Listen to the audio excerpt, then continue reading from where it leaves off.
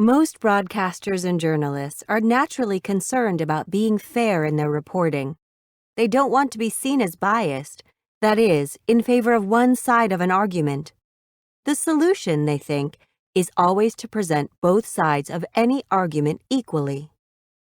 So if a radio station is covering a story about climate change and interviews a scientist who claims that human activity has caused global temperatures to rise to dangerous levels, in order to be fair, they will also interview another scientist who claims that the rise in temperature has nothing to do with human activity, but is all part of the Earth's natural cycle of warmer and colder periods.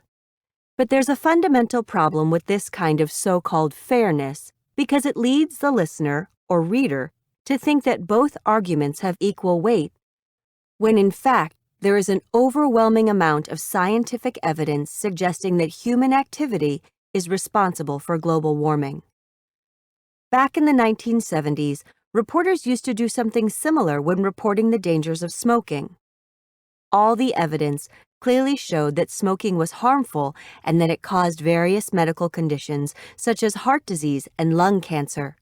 Yet broadcasters, in the interest of fairness, would always interview other scientists, very often one who was an employee of a tobacco company, who claimed that there was no clear evidence linking smoking to such diseases.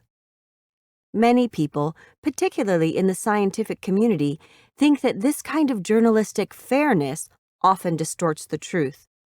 They say that anyone who shouts their opinions loudly enough these days is given an equal hearing to those who quietly support their views with scientific data.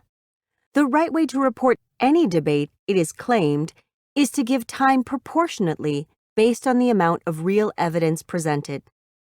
So, in the case of global warming, 99% of the time should be given to the argument that human activity is causing it, and 1% should be given to the view that it is part of a natural cycle because that is the same proportion of scientific evidence that supports each view.